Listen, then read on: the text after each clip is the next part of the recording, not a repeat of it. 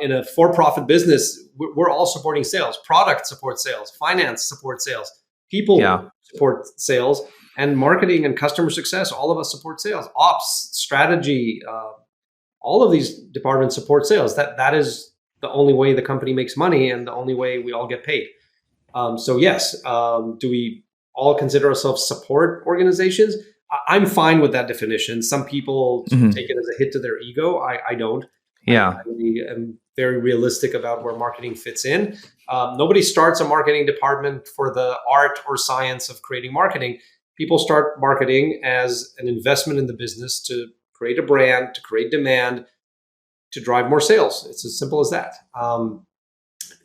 There are other ways of putting it that I think other people are more comfortable with sometimes. So thinking of sales as almost a two-pronged approach or two-headed dragon where marketing and sales are going to the battle together, that's another way of putting it. And sometimes marketing, well, ideally, marketing almost always shows up first, right? Setting the groundwork, creating awareness, creating market education. And so that pushes some people to run to us before our sales team even go looking for them. And then the outbound approach is where sales go and meet a half-baked audience that marketing has already been working on.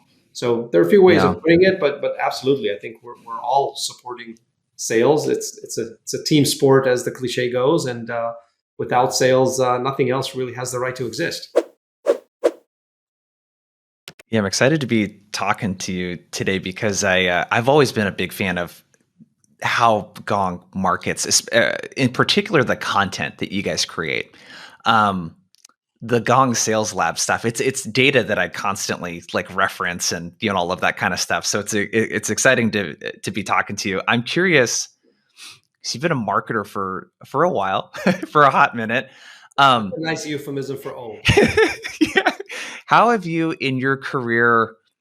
Because we're going to be talking about like sales and marketing alignment. How have you over your career really gotten to know like the sales side of things? How did that work for you? How did you think about that? Was that an intentional thing? You just kind of learned the ropes just by doing it. How do you think about like sitting in the seat, I guess, of the sales department and really kind of getting familiarized with what they do, what they care about, what they think of marketing, where the friction is, all that kind of stuff? Yeah, I think anyone who wants to be in marketing and succeed at it and make an impact and get promoted and is seen as creating value has to care constantly about sales. Because when I am asked what marketing does at Gong, I describe it in 3 words. We make sales easier. Okay. That's 4 words with the we, but make sales easier is 3. So honestly, everything we do, we look through that lens. And it's something I repeat every month at the onboarding session. I give new Gongsters and every offsite with my team when we talk about our current focus areas. It all starts with how can we make sales easier right now? Do they need more pipeline? Do they need help with adoption? Do they need help with churn? What do they need? And then we further break it down by segment and geography and channel, etc. Marketing teams who I've seen in the past operate in a silo or on a best effort basis. Let's do a bunch of things, hope some of them stick to the wall and that they actually help sales, but they don't work on a daily basis with sales, getting their feedback before they launch some programs, during the launch of programs, after the launch of programs, and just keep doing their own thing in their own little bubble. Those never work out. They just never work out because just imagine your right arm doing its own thing, your left arm doing its own thing. Yeah. I couldn't really pick up a cup of coffee doing that, right? And that's what misaligned go-to-market teams look like. So I made it my business to be interested in what sales is doing from day one and how I focus on the things that are going to help drive sales. And as I said, it can be anything from pipeline to the right messaging to drawing the right people to an event to sending the right content to the right people and in a way that would get them to raise their hands to take a next step. All of that, it has to be focused on what will help make sales easier.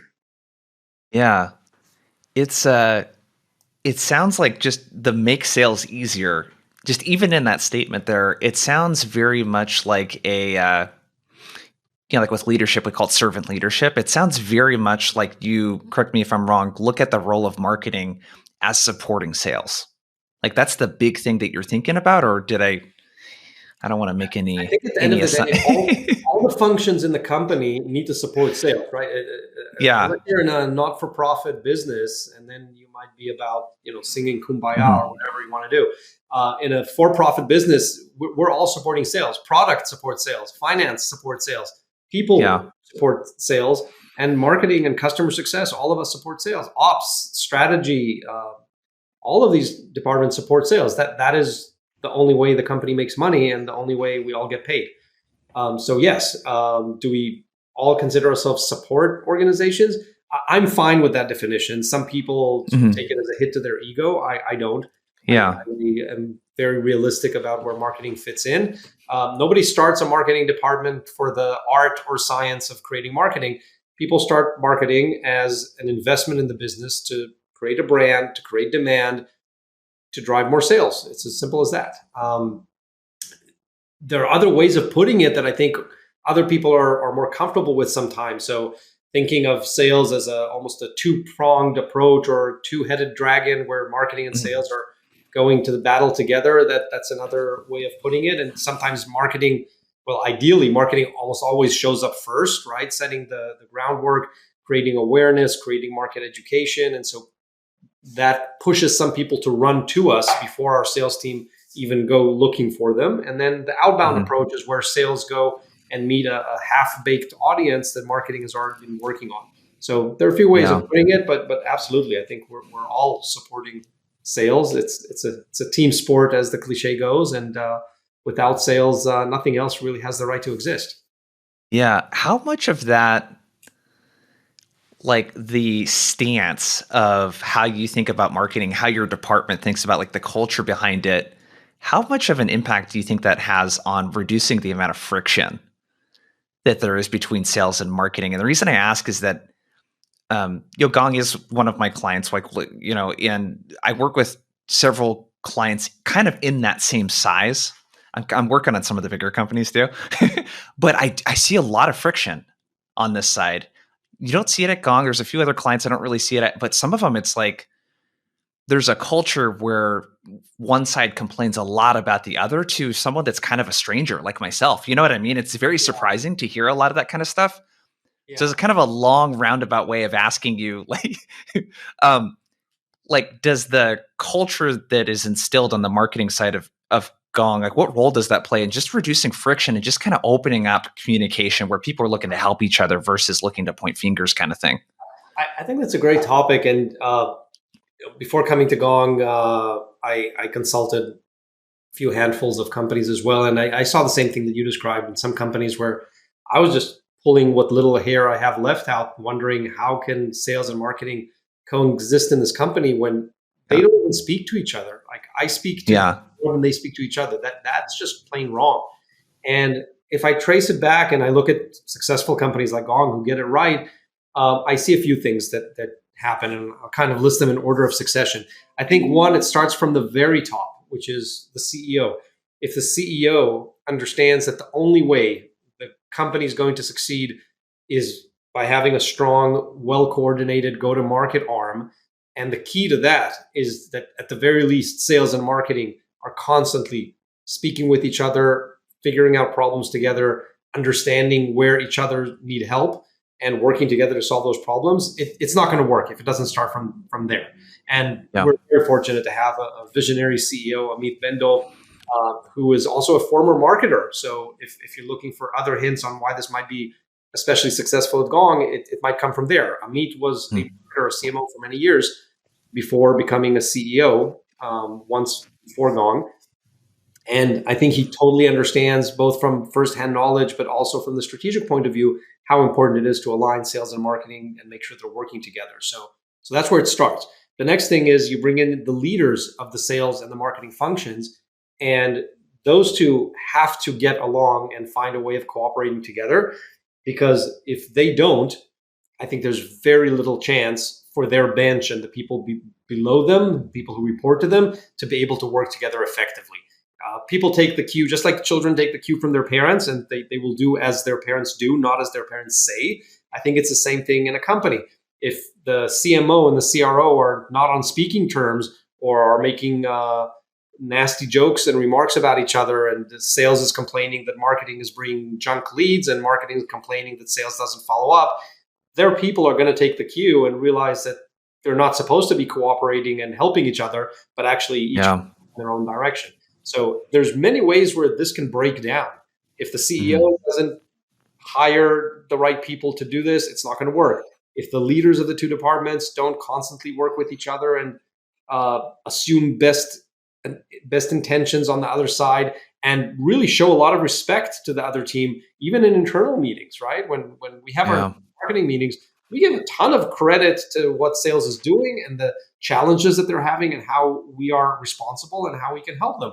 And I know that sales is doing the same, and they take every opportunity to thank marketing for creating wonderful events and bringing all the right people and driving tens of millions in pipeline at that event, and for doing a great job with the social media that brings a lot of interest to people. And they tag us marketers on Gong calls when someone shouts out, "Hey, I just read that amazing Gong Labs post yesterday, and I just saw this amazing piece of content you released, or I attended this event."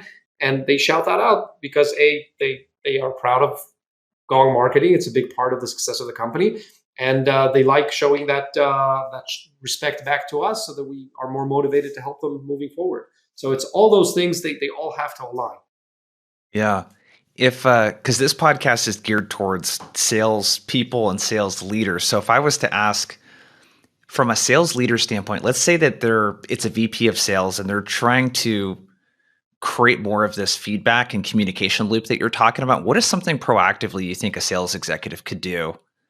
Give And maybe instant what does feedback. that Give okay. instant feedback. If you want to get more and you should demand a lot from your marketing, you need to get instant feedback. If marketing did something good, occasionally it happens, show them show them that you appreciate them, give them credit for it, give them a public Yeah. shout out in a Slack channel, at a company all hands meeting, at your own team meeting, at an offsite, at sales kickoff, wherever it's appropriate. Give instant feedback and show your appreciation. You have no idea Mhm. how that motivates the marketing folks, who in many companies just never hear those shout outs. It sounds like Yeah. almost trivial if you know anything about leading people, but people need that encouragement. So that's number one. Two, if marketing did something that is not helping you right now and you don't get it, go talk to the head of marketing and ask the questions. And if you don't think it's in the right direction, if you think something was missed, and this is best done in private, not in the public channels, not in your team meeting, Yeah.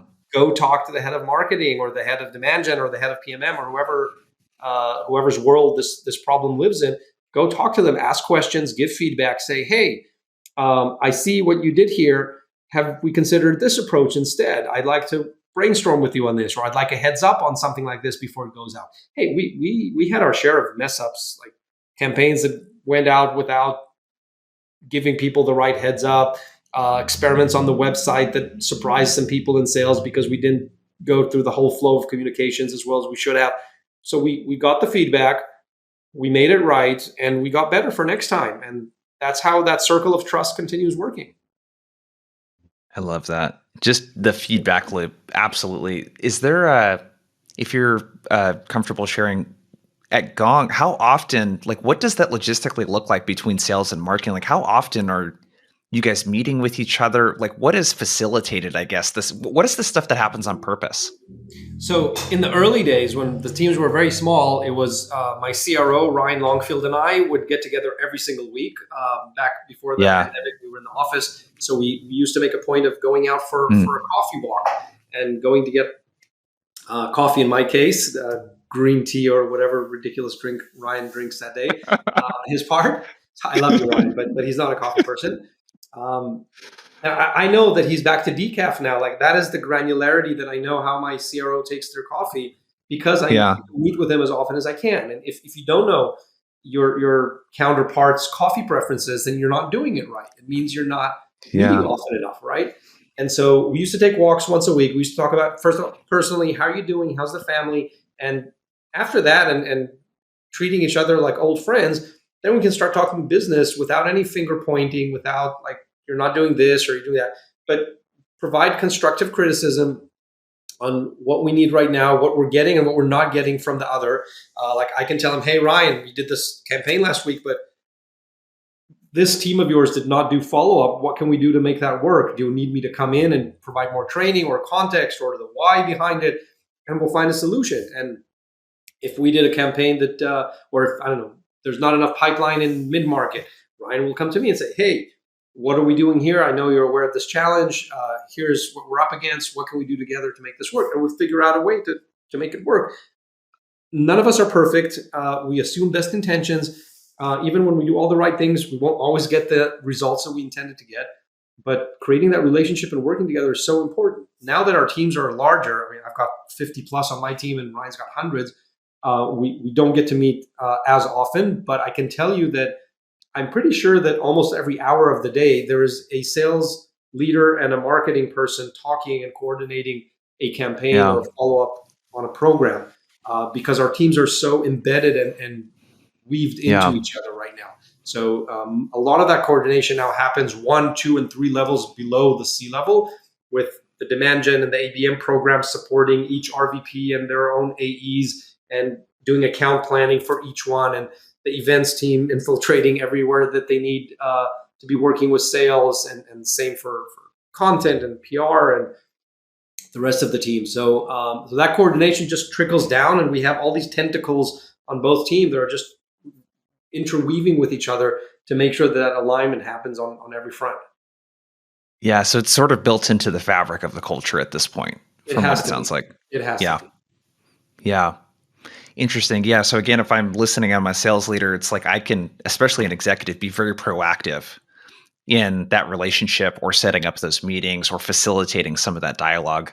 If we kind of shift gears a bit, you brought up this, it's a question you get asked a lot from what you said, was this balance of brand building, the stuff that quote unquote is hard to determine an ROI from, is the common complaint about that, versus demand gen, stuff that's creating pipeline, for the sales team that's a little bit more measurable. How do you think about the balance of those two? And it might be good, just because we have salespeople listening to, maybe kind of define the difference between those two, so that the sales folks have a little bit more empathy and understand kind of what marketing is doing and how they think about the different buckets of their job. Sure. So I'll take maybe a slightly unorthodox approach to this. When you walk into a pharmacy to pick up your toothpaste, how do you go about it? You probably go and pick up a brand that you're used to using, or if you don't find your usual there, you'll pick up one that you've heard of, and generally you think it's kind of a big brand, right? You're not going to actually look at all the 52 different brands of toothpaste in front of you, read the back of the label, and figure out which one has more fluoride than the other, right? You're not going to do that. That is the power of brand. That is the power of brand. And another way that I like of thinking about brand, and this goes for people as well as companies, is brand is what people say about you when you leave the room. Okay, think about it. We've all been in that situation. You're at a cocktail party, someone leaves the room, and then someone might say something about that person. Oh, he's always the funniest person in the room, or like, oh, thank God he finally left. I thought he'd never leave. You don't want to be that guy, right? Or that company.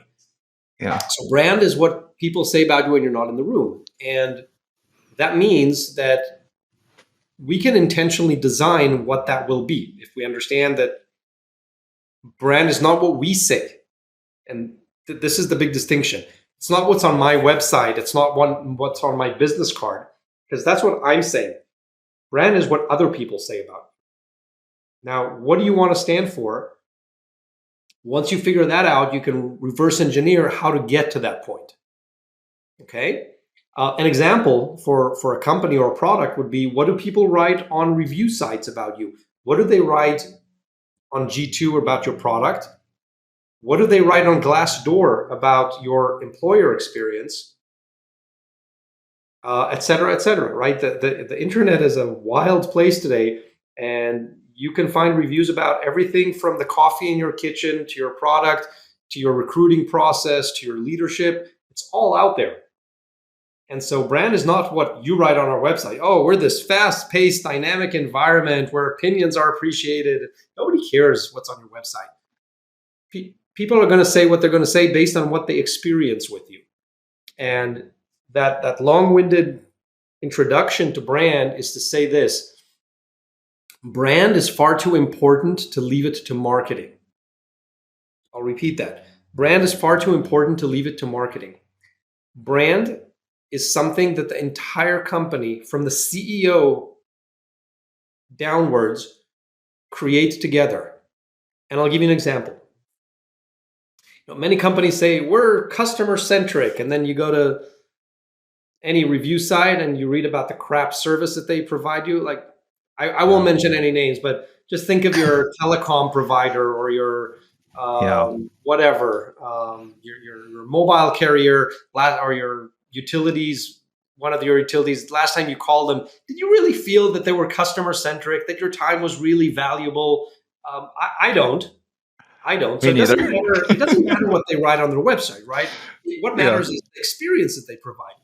Yeah. So here's a different approach to that. At Gong, many years ago, we defined our 8 operating principles, and we put them on our website just to show what we stand for. But more importantly, we weaved them into our daily life at Gong.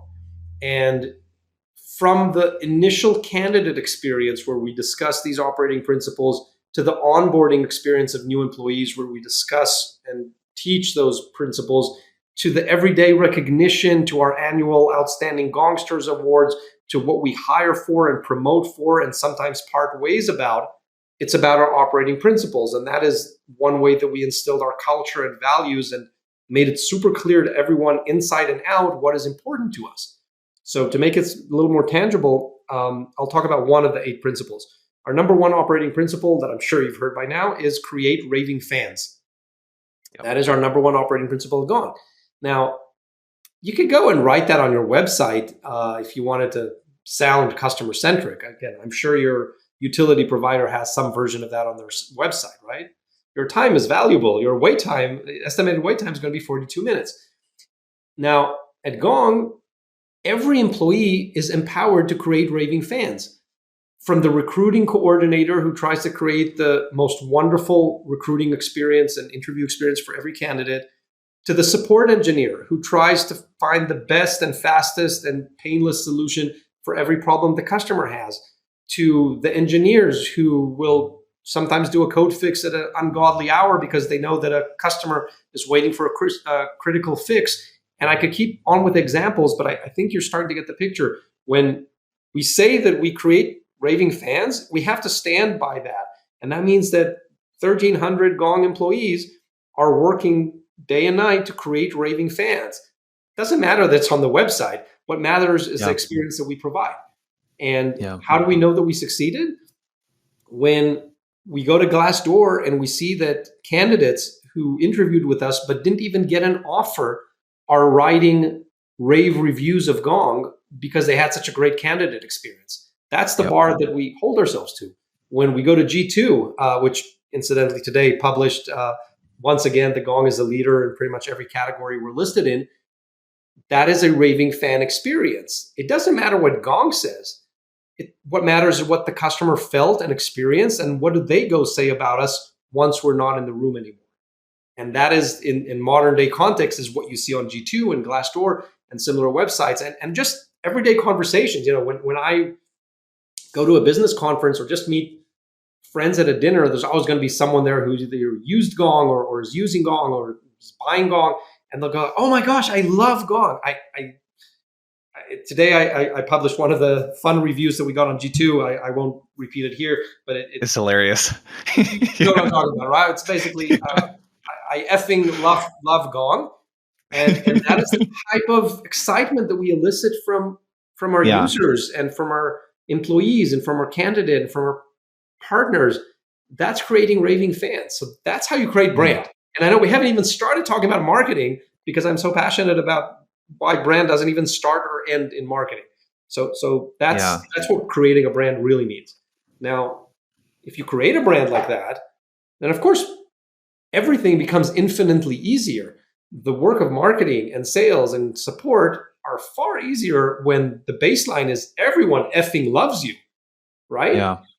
And so marketing, I see us more as a steward of the brand. We get to dress up the brand. We get to pick the crazy bulldog that's going to greet you on the website. And we pick the funky colors and the weird logo shape and tongue-in-cheek tone of voice. We get to do all that fun stuff, but we're the steward of the brand.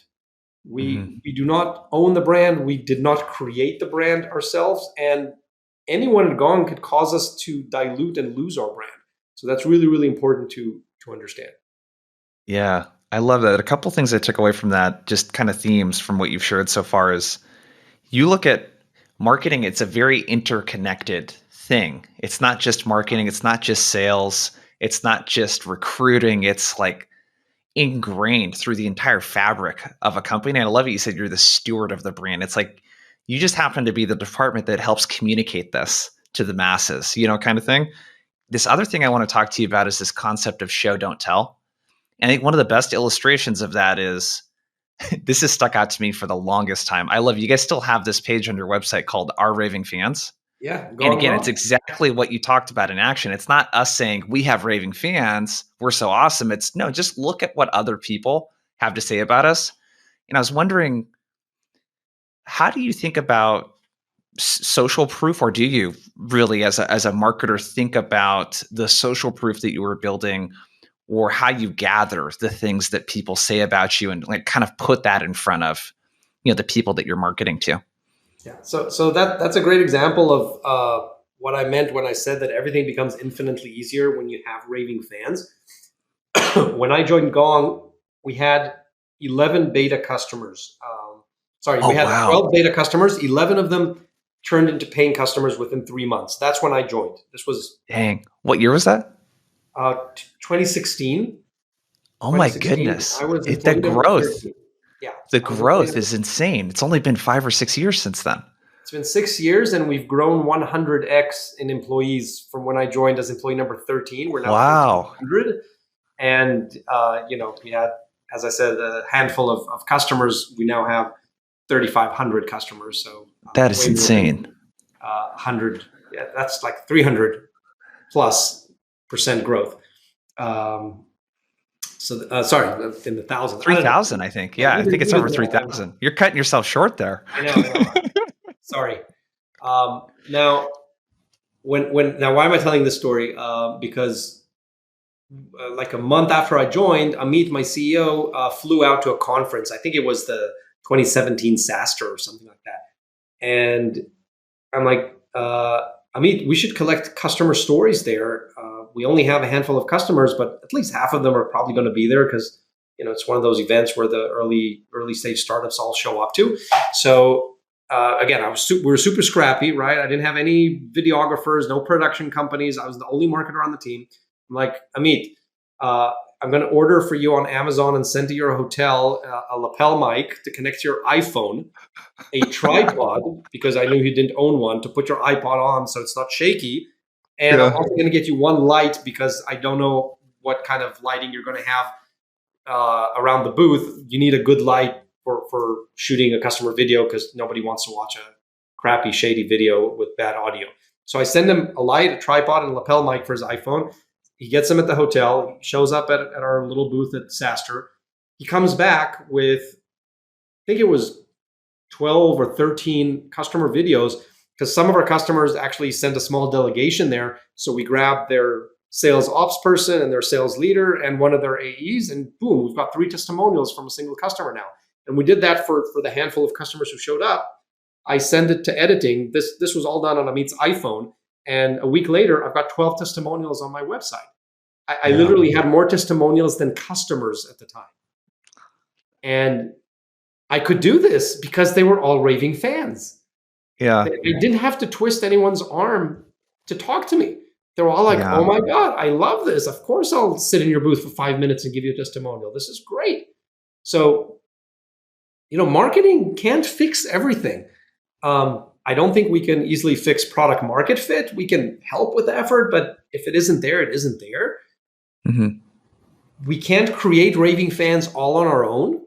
But if those really important necessities are there, if you have product market fit, if the entire company is committed to creating raving fans, then marketing's job just became a whole lot easier. You can go get these testimonials and push them in the hands of the salespeople. And literally, this was like a godsend for our sales reps, because when they were trying to push a product in a category that nobody ever heard of, Think back to 2016, 2017. Nobody knew what conversation intelligence was. Nobody knew who Gong was. We were literally nobodies. And we had this small team selling out of Tel Aviv, out of a tiny WeWork office. But they would send customers to our website. Go check out. We've got like dozens of reviews on our website of our happy customers. They go like, wow, this is a real company. Yeah. So the testimonials and social proof absolutely work. And we were in the first cohort of companies to invest in G2 and other platforms to go showcase those customer stories. It was much later that Gardner and Forrester also came into the picture, but in the early days, we saw that G2 was probably going to take the world by a storm because they move much faster than those sort of legacy analyst firms, and they allow users to independently write reviews and quickly publish them. And then, like, this is exactly the quick wins that we want. So we send a nice email to customers asking them, hey, if you're having a great experience with Gong, do you mind clicking here and writing your review on G2? And the next morning we get a call from G2 and like, Gong, what did you do? We got over 400 reviews overnight for your platform. What's going on? I'm like, That's I don't so know. We just cool. asked nicely. We just asked nicely. That's all we did. Yeah. The first email we sent out got over 400 reviews. I'm like, okay, this works. Yeah. Yeah. It really comes back to the mantra that you said, make sales easier. I can't tell you how many cold call recordings I listened to working with Gong reps where people recognize the company on a cold call. You know what I mean? And it's like, God, could you imagine? I mean, it's probably Arguably, the hard for you phone was guys to imagine what that's not like. you know? arguably well, I was there when it was not like this. I was there when the Yeah. phone hung up on us because Gong who? That Yeah. was 2016, 17. Um, Arguably, if you call and they recognize your brand, is that even still a cold call? I would argue that just True. became a warm conversation Yeah. because now you have the power of brand that allows you to continue that conversation. Yeah. It's the next best thing would be, oh yeah, I just attended one of your events or I Hmm. read one of your pieces of content, I really loved it. That's Yep. a next level of warm that we try to help our outbound SDRs and AEs by creating these thousands of marketing touch points with our prospects every month. And then the holy grail is of course inbound, where we've pushed them far enough and we've presented the right content to the right people, including the customer testimonials and the Hmm. product information and the amazing content, that they actually reach out and like, okay, you've got me. Shut up and take my money. I want to speak with a salesperson and get a demo. So Yeah. we help sales in all of those touch points, from what you just described as a cold call, but most of them actually recognize Gong at this point, to the Yep. warmer conversations where they've interacted with content. We know this. And so we're reaching out at an opportune time to discuss that Yeah. interaction, to the inbound, which is a huge part of our revenue these days, where customers are coming to us. Yeah. Let's talk about the content because I think most people listening to this probably found out about Gong through something that Devin Reed posted, back in the day, or Chris Orlow posted. Um, and I got a couple of questions here because one of the big things that I see across almost all of my clients, besides you guys, and there's a couple others, is the content is just so bad. I'm like, the people that consume this content that you want talking to your salespeople, they would never consume this content. And then you look at Gong Labs, you're like, okay, I'm going to reach out to a sales leader and I can lead with an insight and say, hey, this new product that you just launched, not sure if you know or not, are you able to measure how much your reps are feature dumping? Because according to our, stats on X amount of calls, it's like you can do that. Two couple questions here. First one is, how intentional was it to get people that had previously been in a sales role? Like, from what I understand, Chris and Devin came from sales roles, and then now Correct. they're in marketing. Was that intentional? It was. It was very intentional. I don't think you can fake a domain knowledge, even on something that's not super technical like sales. It Yeah. If at this point, I think I could write decent content for sales, but I can't write great content for, I don't know, IT or a department I've never really worked on. I will always be the outsider. And I think that was one Yeah. of the keys, that my first hire on the team was Chris Orlov. And 3 years later, he moved to the dark side in sales and literally swapped in the same month. Devin, who was a mid-market AE at Gong, he switched to the marketing team, and 3 years later, Yeah. he's transitioned on, and now I have someone else in that role. Who's in that role now? I would love to. I feel bad because I know Devin doesn't. No, that's just okay. recently. It's a recent transition. So the recent author of Gong Labs is Dan Morjazy. Dan is actually a former Forrester analyst who we Oh, wow. hired a couple of years ago to the team to help us advance our thought leadership, because we were looking at type of the content that Forrester and Gartner were producing. Like, wow, these reports, while they're not always the most exciting reading material, they carry a lot of weight with enterprise buyers, right? You want to Oh, know yeah. that, like when they publish a survey and they're like, this company is what you should be looking at right now, companies pay attention. So we're like, okay, we want to do these, and we occasionally do them directly with Forrester and Gardner, but they're super expensive to do, and they take forever to work with Forrester and Gardner to create them. So we had the thought, why don't we just create these in-house, and who could do it better than we just hire a great Forrester analyst who knows how to write great content like that, and now we can do it as often as we like at home. So that's what we did. We hired Dan out of Forrester, and he's been working on the content thought leadership with us. So there's a bunch of folks doing different things on the team. You know, some of them, like Nehal, is focused more on podcast and social media, and Jordan is focused on content strategy. And now Dan Morjazy is kind of the face of Gong Labs in the last few months, and there are other team members that are doing fantastic work as well. So I don't think it matters so much who is the face or the voice of the content. I mean, we had the great fortune of having these great people do this for us, and we have great people doing it for us now.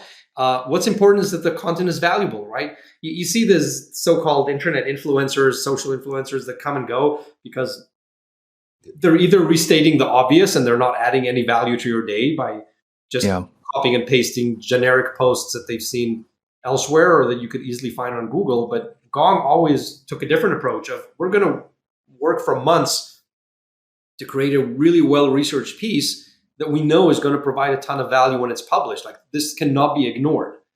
And then we go and publish it by one of our amazing human beings, whether it's Chris or Devin or Dan or someone else, because we know that our readers want to connect with humans and not just with a corporate logo. So that is an important point, that we do pick a face or faces for Gong at different times, because people do want to interact with humans. They're far more likely to ask a question or make a comment, whether they like it or hate it. They're far more likely to do that if a human publishes it versus a corporate logo. Yeah. Yeah, I love that. It's when you think about, because the content is just so tactical. Like, if we were to go just a layer deeper on that, how do you guys think about what to actually create the content about? Like, a line that I just wrote down, this cannot be ignored. I love that kind of thinking. Like, how could we create something that's really hard to ignore? But, and again, maybe this is easier because it was former salespeople who already kind of get it, but that's the missing kind of piece that I see where, I mean, how many generic blog posts have you seen on all these huge companies' websites? And you go to Gong's, it's the exact opposite. It's one topic or a set of topics, and it goes really deep and tactical, and it gives you something that is immediately actionable. So how do you think about like what to create the content about? Great topic. So the first area of focus that guides us is, what could we publish tomorrow that would provide our readers with real value? And we never have a quota of, oh, we need to do 2 tweets a day and 3 articles a week, and we'll publish whatever we have. And if we don't have anything of value, we'll just scramble. We don't. There've been weeks where we were completely quiet because we didn't have great content ready, and we've scrapped drafts and ideas that we didn't think would be valuable enough. Now, it's not to say that every single thing we publish is always an instant hit. It's not.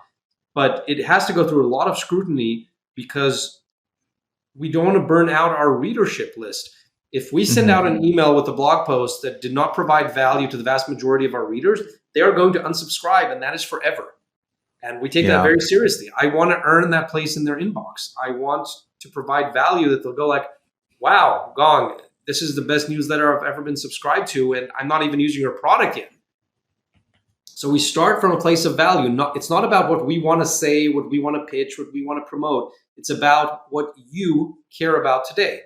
And we will find a way of getting that to you. I'll give you a quick example. When COVID started, we saw, similar to what's happening now, that many, many deals are now getting scrutinized by not just the business user, but by the CFO.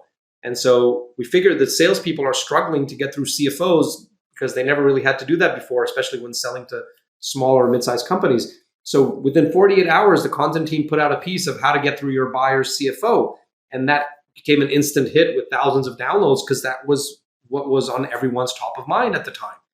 It did not promote Gong in any way. It was just providing value to our readers. And that's where we start from. It's not, oh, we just had release 2.3/0. Let's go write all about that. If it's not interesting, we're not going to write about that.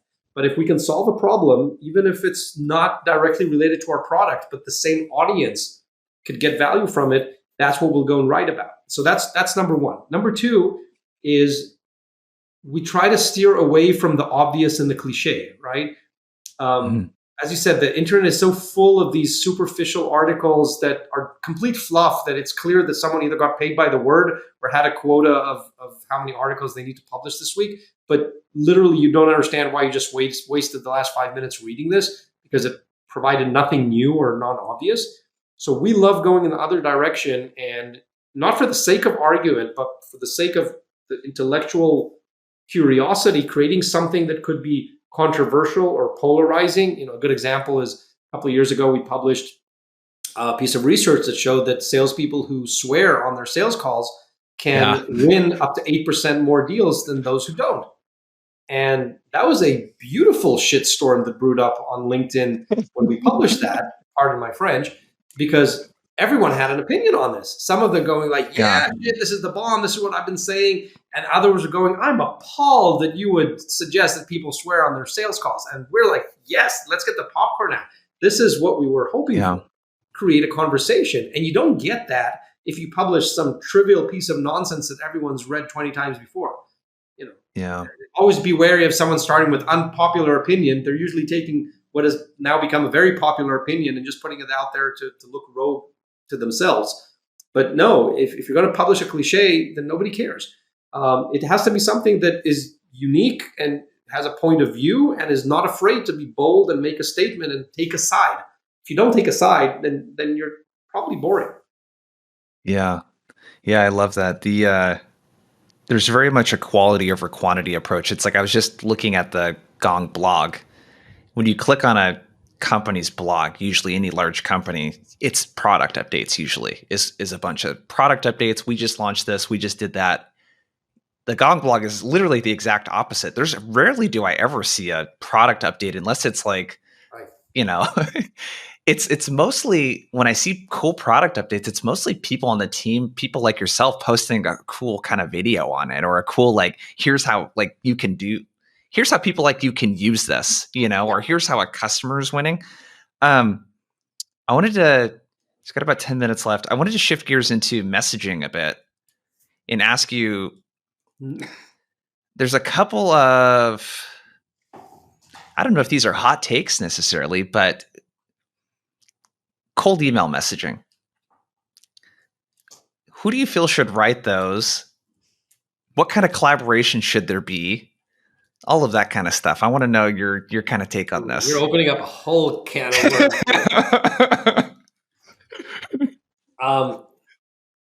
I told you I'm not afraid of being controversial or polarizing, so I will start by saying I don't think anybody should be writing cold emails. I don't think we should be writing generic emails that we can send to 5,000 people. Yeah. Because that might have worked 10 or 15 years ago when companies started to allow someone like you to take a generic email and send it to a lot more people faster.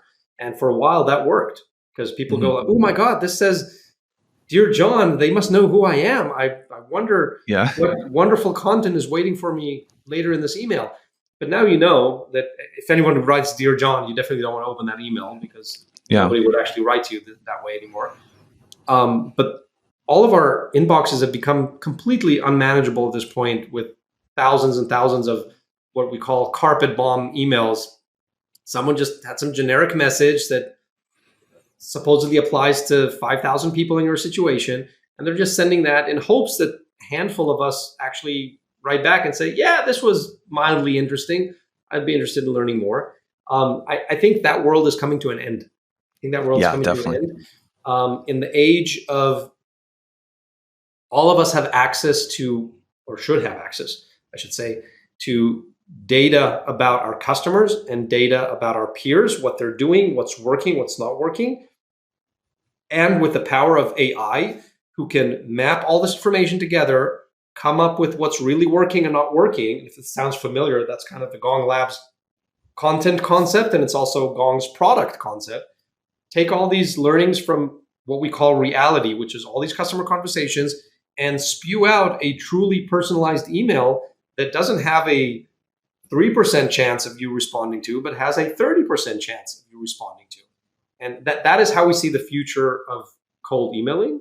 So shameless self-plug, we recently announced an upcoming product from Gong that is going to transform the sales engagement and prospecting category in a very similar way to how we transformed conversation intelligence and later revenue intelligence. So we think that the legacy approach to cold emailing the same thing to thousands of people in hopes that it sticks, that's going to be a thing of the past. Yeah.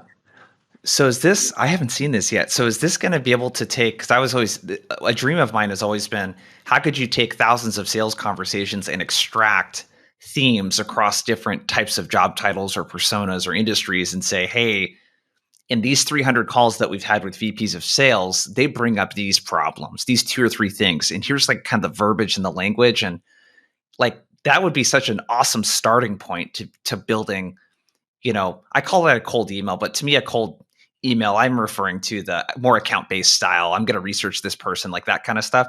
Is Mhm. that what this is going to do? Is something along those lines, or what is this tool going to help people do? It's going to help them focus on the most pressing topics for that recipient, which I suspect are almost never going to be identical between more than a Mm-hmm. handful of recipients, if that. Because today we know that cold emails get sent almost verbatim to thousands of people.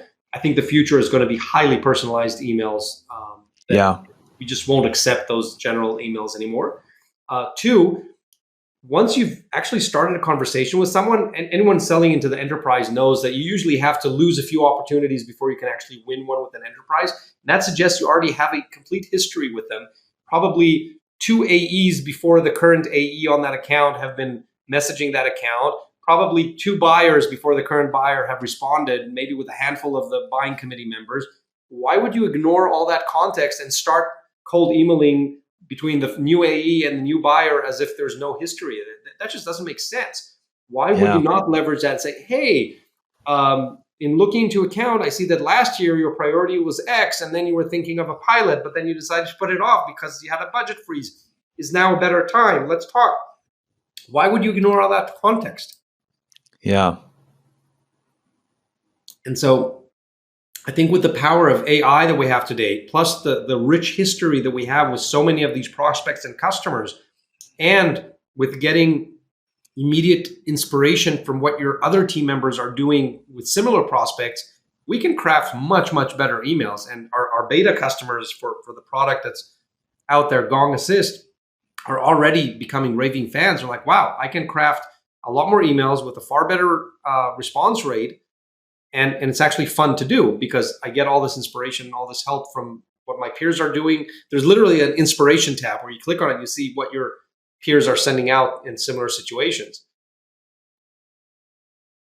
Wow. That's pretty interesting. I'm just poking around on the site right now. It's brand new. There's Yeah. probably like one page buried there somewhere, so don't hold me accountable to it yet. Interesting. More to come. So when it comes to the messaging then, how do you feel like the collaboration should look like when it comes to the go to market message? And when I say go to market, more the sales portion of that go to market motion. The when I talk to someone on the phone, when I call them, when I'm on a sales call on like our talking points and value drivers and things like that. How do you think about how that messaging comes together in terms of what hands are in the cookie jar? You know what I mean? Like when it Yeah. comes to departmentally, like who is coming up with that messaging?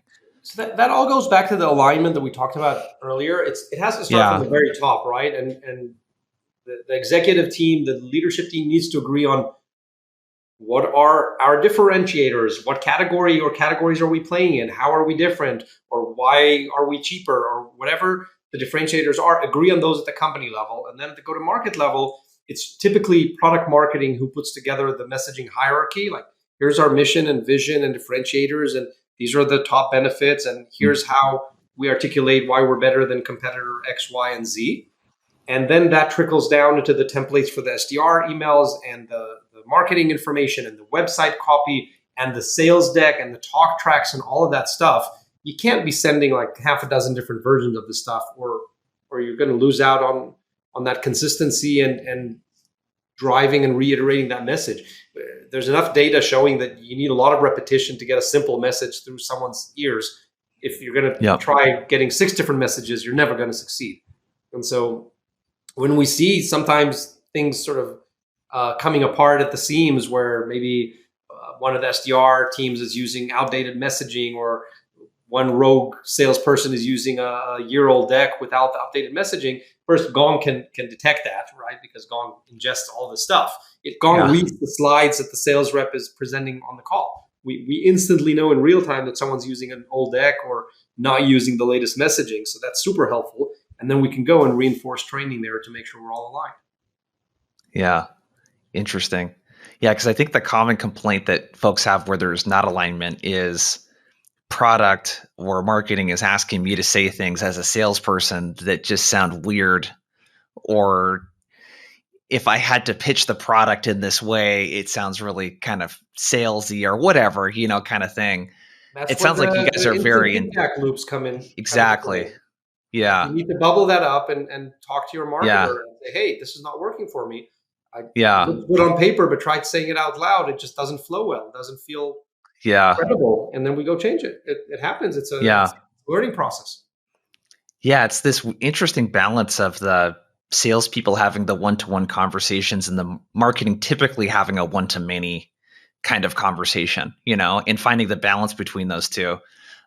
We could have talked about that topic for an entire hour, but For sure. For sure. I appreciate you so much for coming on. This is a blast. I am such a huge fan of Gong's marketing and the content, and it's just awesome. And I thought it would be kind of cool to give the salespeople that listen to this kind of like a glimpse into what happens behind the scenes.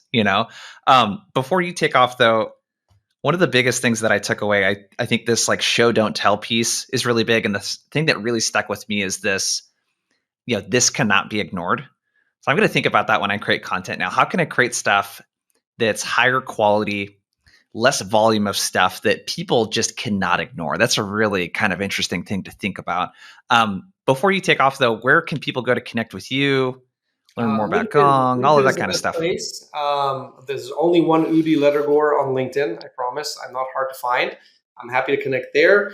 And then if you want to up level your team to do more with less in this economy, get your sales team up to speed and focus on what is salvageable, if that's even a word. Go to gong.io. That's where you'll find the reality platform by Gong, with engagement platform coming soon as well.